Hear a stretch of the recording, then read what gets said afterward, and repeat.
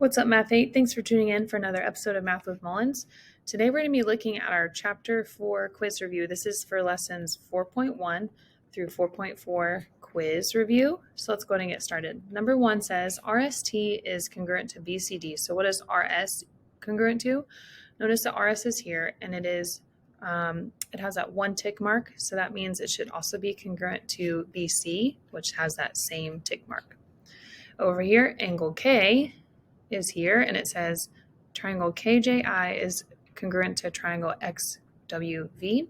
K has this one arc in it, the corner, and so does the letter X, so angle X is congruent to angle K.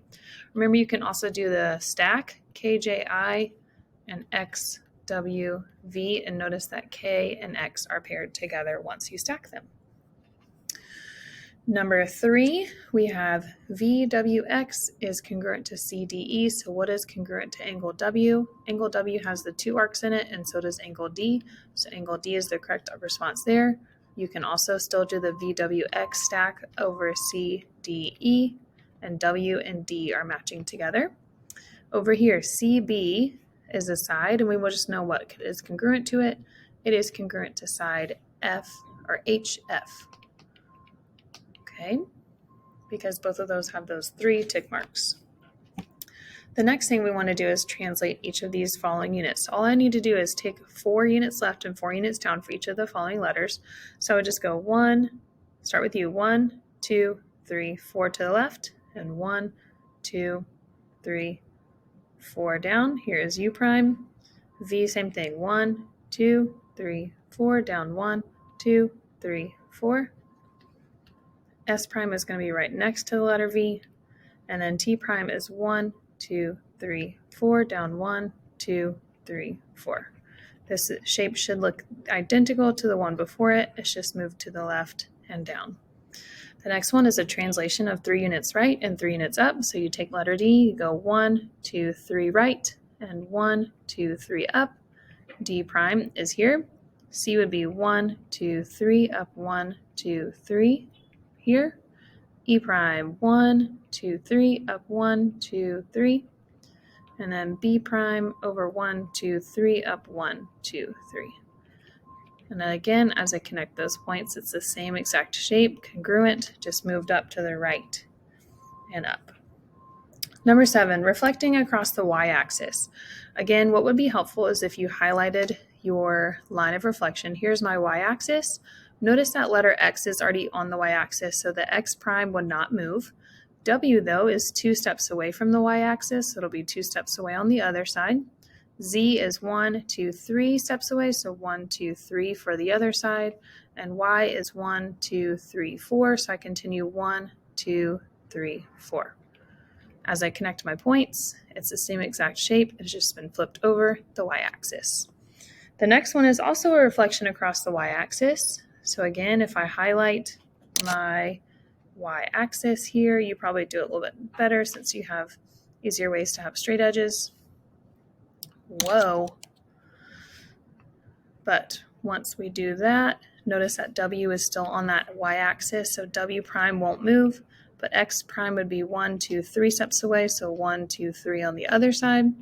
And then Y is only 2 steps away, so 1, 2 steps for the other side. Connecting your points, they should be mirror images of one another. Another reflection across the y-axis. Here's my y-axis one more time. So all of my points will be going to the y-axis and then through to the other side. I is only 2 steps away from the y-axis, so another 2 steps away for I. J is 3 steps away, so 1, 2, 3 for J prime.